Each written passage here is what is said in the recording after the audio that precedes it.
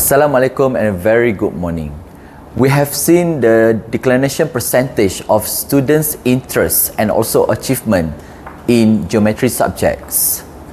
If we don't find a solution, this issue could lead to a more severe problems.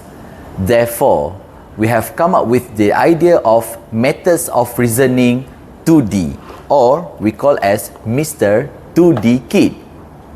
This development is part of the initiatives to stimulate the geometry learning through reasoning. If you can see here, these are part of the kits inside the box that we have prepared. And this project, it was funded under UM-CARES and has been distributed within schools in Kuala Lumpur. At first, that's what we do. And we have seen a very good impacts, how it does impacting teachers and also students learning and teaching in the classroom.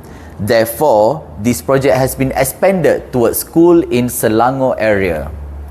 Now, we would like to thank you to all the funders, UM-CARES, MOSTI and YIM, who has funded this project amounting to 60,000 ringgit Malaysia, which has benefits the teachers and the student in KL and Selangor.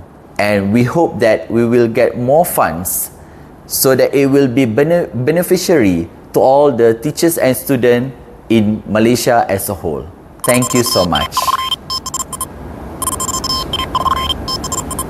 Mari belajar dan membina menggunakan MR-2D Geometry Kit. Topik kita hari ini, pengenalan alatan. Terlebih dahulu, mari kita ketahui maksud singkatan bagi MR-2D. M bermaksud method dan R bermaksud reasoning. MR-2D ialah singkatan bagi kaedah penaklukan bentuk-bentuk dua dimensi. Garisan pembinaan. Dan bila kita nak bina angle yang macam abang kamu buat ni,